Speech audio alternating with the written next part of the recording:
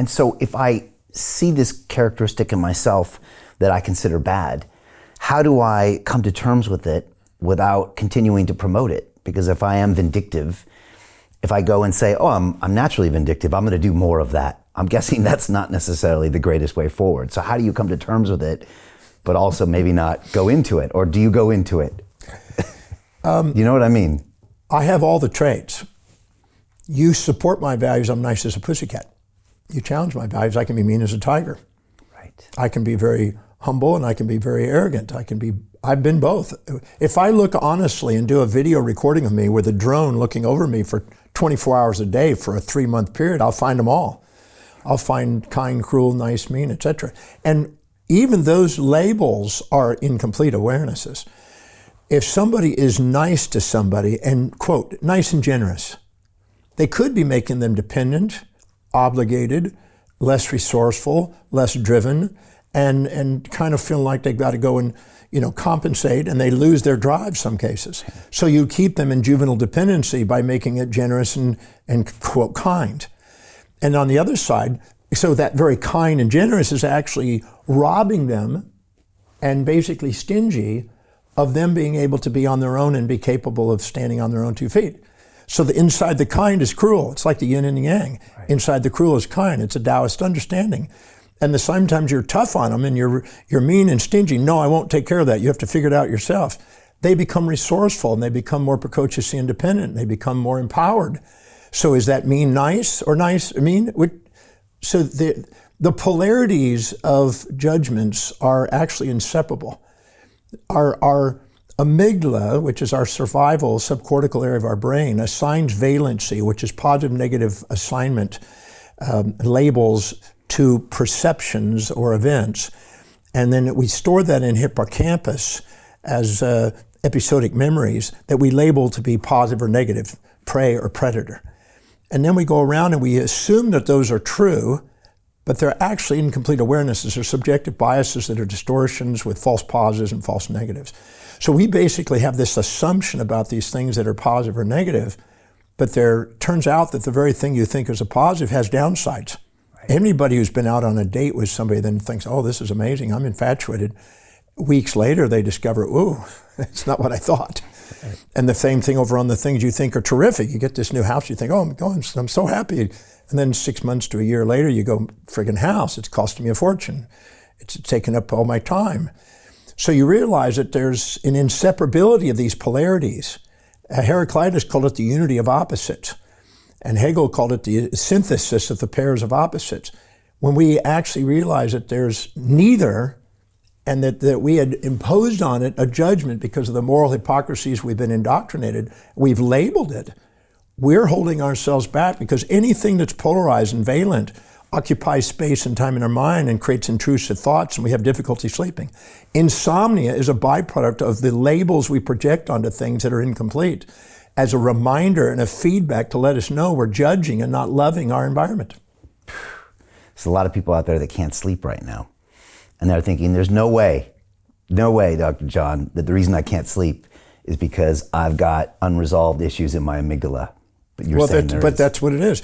Because what happens is the amygdala, when it sees prey and it assigns positive without negative, and it now creates an impulse to seek and to consume, it has to create a false positive in order to accelerate the adrenaline to capture the prey. So when it does, it accelerates and dramatizes the emotion and subjectively biases the interpretation of the event or perception. And that causes an alertness in order to capture the prey and grab the prey so we don't starve. And the same thing with a predator. So if we see something, we'll see way more negatives than positives, and we'll have a false positive on the negatives and a false negative on the positives. We'll distort it. We'll get our adrenaline going so we can run and get away from the predator. So anything that supports our values or challenges our values represents prey and predator on our mind. And the more polarized it is, the more insomnic we become, because those intrusive thoughts are on alert so we don't starve and we don't get eaten. Peter Thiel took $500,000 and turned it into $1 billion using the exact same techniques we're using inside the investment club. He met a CEO, his name was Zuckerberg. He pitched him the deal and he said, okay, I'll give you $500,000. Mark went public and sold the shares to people like you. Well, what happened to Peter? Well, he exited and got a 2,300x return. The wealthy invest in early stage companies, folks. The public markets are for suckers. It's a rigged game. By the way, this happens in crypto as well. It's called pre-sale tokens. This is Solana. Does anybody know this chain? They sold pre-sale tokens for 4 cents. And you can see the date on there, April 5th, 2018. Look at Solana today, folks. That thing's up over 1,000x. The media and Wall Street and all these hype people get you to buy the top. Meanwhile, they put their clients in at the bottom and they use you for liquidity to make their clients rich. You can play this same game. You just have to have the financial education and the deal flow. That's it. And so it's a basic survival. There's only 2 forms of stress that people face in their life. The perception of loss of that which they seek, and the perception of gain of that which they try to avoid.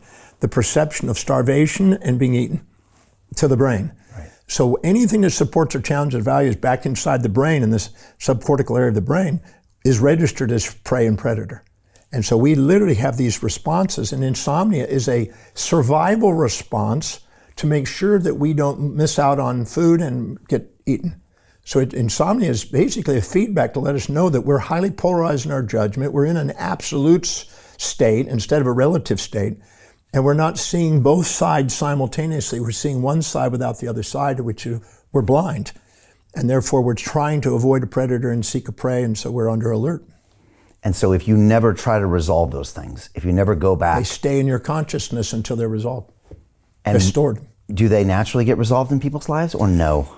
If you have events in life that you make new associations with what you thought was terrible and you find the blessings out of it, or the other side, we find the downsides of what we're infatuated, we can neutralize that and strengthen our intuitive capacities to see the other side that we're ignoring, that we're unconscious of.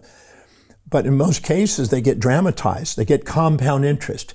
Anxiety disorder is compound interest on the original charge. Things that remind you of that, promote it, right? Dramatize it, compound it. So you might say that anxiety is nothing but compound interest added to an event that you saw that was imbalanced, that was negative. And ecstatic fantasies that hook people into new relationships over and over again is a compounding on the positive side. Both of them are distractions. Both of them are philic and phobic. Both of them are insomniac stimulating, and they are intrusive thoughts that run our mind. If you go into deep meditation, while you go into the meditation, you can sit there and just go into meditation. You'll hear all this noise in the brain. All that noise in the brain is the unconscious information that we're not paying attention to, trying to meet up with the conscious to make us fully conscious to see both sides simultaneously that's stored in the hippocampus. Will meditation resolve some of that? In some cases, meditation, if it's integrative and not escape, some people use meditation to escape an event and try to dissociate from it. And some people use meditation as an integrative force to actually integrate and look for the opposite and balance and integrate the brain. The medial prefrontal cortex, the ventral medial prefrontal cortex, is designed to integrate. It's designed to create an integration of pairs of opposites in the brain. The amygdala is designed to separate them, to make sure you get to avoid predator and seek prey. The executive center is designed to integrate them and bring them back to wholeness. Wilhelm Wundt, father of experimental psychology in 1897, showed very clearly that there's simultaneous contrast that activate the medial prefrontal cortex and sequential contrast. And sequential contrast, I see the positive, later I see the negative. I see the negative, later I see the positive. There's a time gap between it. And that creates an arrow of time with memory and imagination, causes entropy and aging. And so our entropy and our aging process is nothing more than the accumulation of these subconsciously stored judgments that are intrusive, that are causing, in a sense, phobias and philias in our minds. And the second we see both sides simultaneously, we liberate ourselves from it. The intrusive thoughts are gone. We have restful sleep. We're present, and the executive center comes online, mitigates the risks of the negative side, calms down the fantasy, and allows us to have an objective state of mind where we're empowered. Right. Hey, I know investing in crypto is scary. It takes a real leap of faith because there are so many scams, rug pulls, and bad actors out there. It's a dangerous business, which is why 95% of people lose all their money. Well, that's why I created the London Real Investment Club, so you can access the hottest deals on the planet and use the crypto bull market to create the generational wealth that you deserve. Join my team of over 100 people from around the world that are making millions of dollars behind the scenes investing in blockchain, AI, Web3 games, DeFi, Bitcoin, and more. Don't miss out. Click the link below to book a call with one of my team now. But hurry, this bull market will end soon. I know investing crypto can be scary. That's why you gotta join the investment club. Pull the trigger. Let's do this.